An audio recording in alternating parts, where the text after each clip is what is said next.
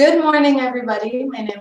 Good morning, everyone. My name is Miranda Rodriguez from Marketing for the Uninhibited, and I work with solopreneurs to develop and maintain marketing strategies that are simple, realistic, and fun to help them achieve their business goals. I'm also the host of the Marketing for the Uninhibited podcast, which you can listen to here on YouTube. Just hit subscribe, or you can find anywhere else you listen to podcasts, including marketinguninhibited.com.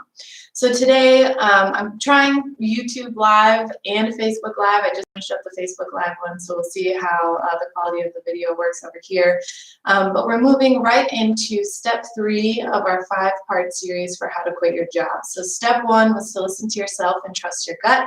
Step 2 was to make a plan with the goal of actually submitting that letter of resignation.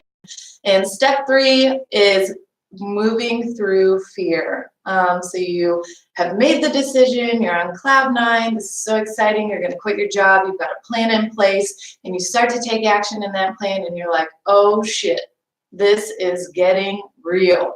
Yes, it is, my friend. Yes, it is, and enjoy it. So your brain goes into defense mode because this is a path you haven't taken before. This is new. This is uncomfortable. This is scary. That means we should avoid it, right? That's what your brain is saying, that this is dangerous and we should avoid it.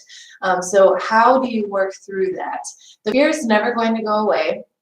Have you ever listened to a podcast or an interview with someone that you admire in your industry, or someone who is more successful than you? Then you understand that the fear stays. You just have to work through it.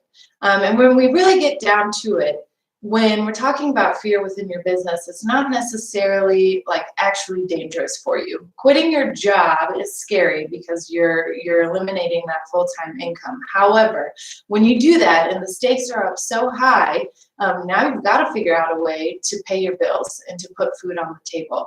And so while you may not get all of that income from your business up front, I promise you that you will find a way to make sure that that is done. And so that's what we're going to talk about today, is like, what are those fears and how do we move through them? I use the Tim Ferriss TED Talk on fear setting, which I'll link to here in the description, and Brooke Castillo podcast about obstacle thoughts, and then also she has one on fear as kind of a reference for my 3-step guide to moving through fear.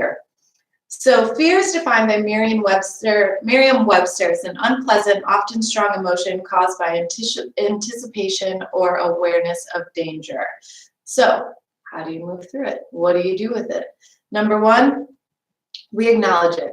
Tim Ferriss, again, calls this fear setting. Brooke Castillo calls this obstacle thoughts. But either way, the first step is to acknowledge all the feared thoughts floating around in your head. So get a pen, get a piece of paper, write them all down. What comes to mind? Am I going to be able to pay my bills? Will my boss hate me? Will my kids be taken care of? Will my family think I'm crazy for doing this? Am I going to be all alone once I quit the job that I've known for the past however many years? So just get it out of your head and onto paper.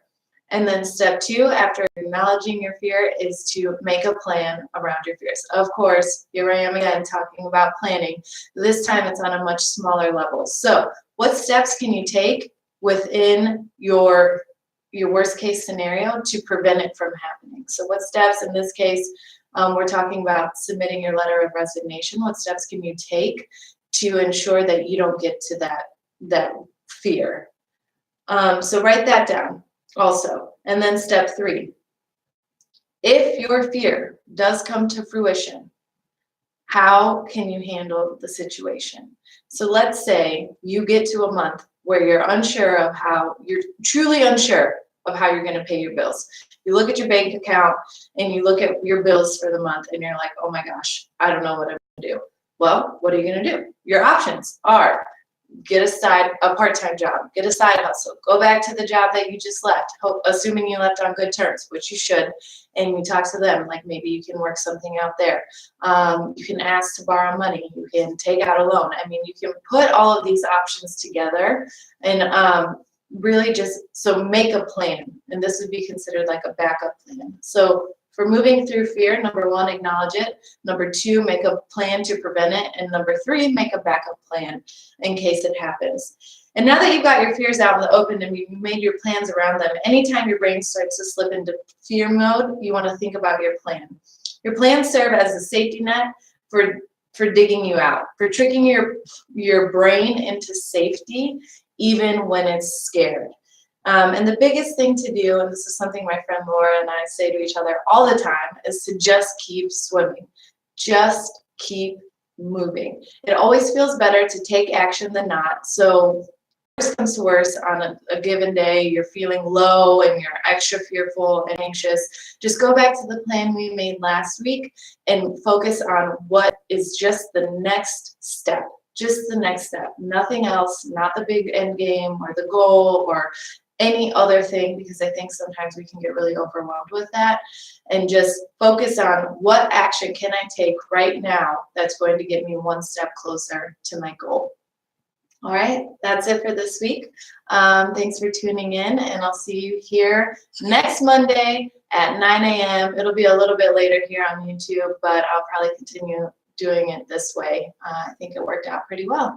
All right, thank you for tuning in. Bye-bye.